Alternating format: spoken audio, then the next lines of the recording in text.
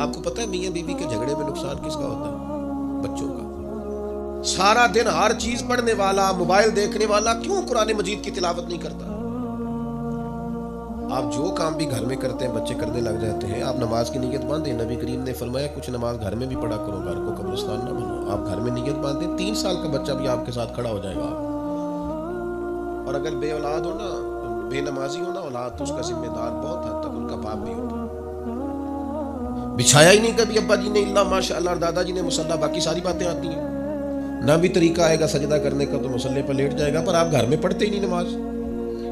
سب عقل ہے، سمجھ ساری ہے، نشستن گفتن برخاستن، صرف اس رب کی بارگاہ میں جانے کی توفیق نہیں۔ مجھے بتاؤ نا میرے بھائی، آپ کو پتہ ہے میاں بیوی کے جھگڑے میں نقصان کس کا ہوتا ہے؟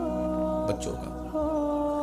آپ جب لڑتے ہو کبھی اپنے بچوں کے چہرے دیکھو، ان کا سسکنا دیکھو، ان کی تڑپ دیکھو۔ جس گھر میں ماں باپ لڑتے ہیں وہ سب سے زیادہ اذیت اپنی اولاد کو دیتے ہیں، یاد رکھیں۔ ان کی جنگ میں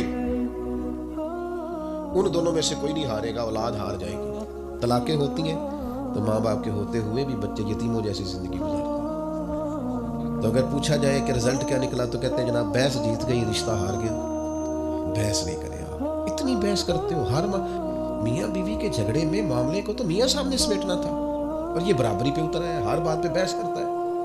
تو پھر میرا خیال ہے کہ میری یہ رائے درست ہے کہ زیادہ غلطی، اکثر غلطی میاں صاحب کی، ایک کو سمیٹنا چاہیے تھا چیزوں کو۔ دیکھ، میں نے ایسے بھی نادان دیکھے ہیں جو اپنے والد سے بحث کرتے ہیں، اپنے اساتذہ سے بحث کرتے ہیں۔ خدا کا خوف کریں آپ۔ چلے کوئی بات ایسی ہے بھی رائے دینے والی تو آپ رائے دیں، لیکن آپ ہر چھوٹی بڑی بات میں بحث کرنے، اور ہمارے ہاں اتنی بحث ہوتی ہے، خدا رہا کچھ دھیما پن اپنی طبیعت میں لائے۔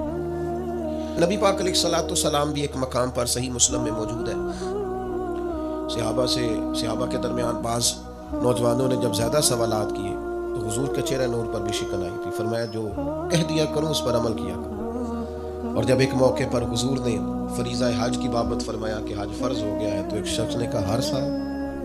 تو کریم فرمانے لگے جو کہوں عمل کیا کرو، گر میرے منہ سے نکل جاتا ہر سال تو پھر وہ زبان جس کو سب کن کی کنجی کہیں، اس کی نافذ حکومت پہ لاکھوں سلام۔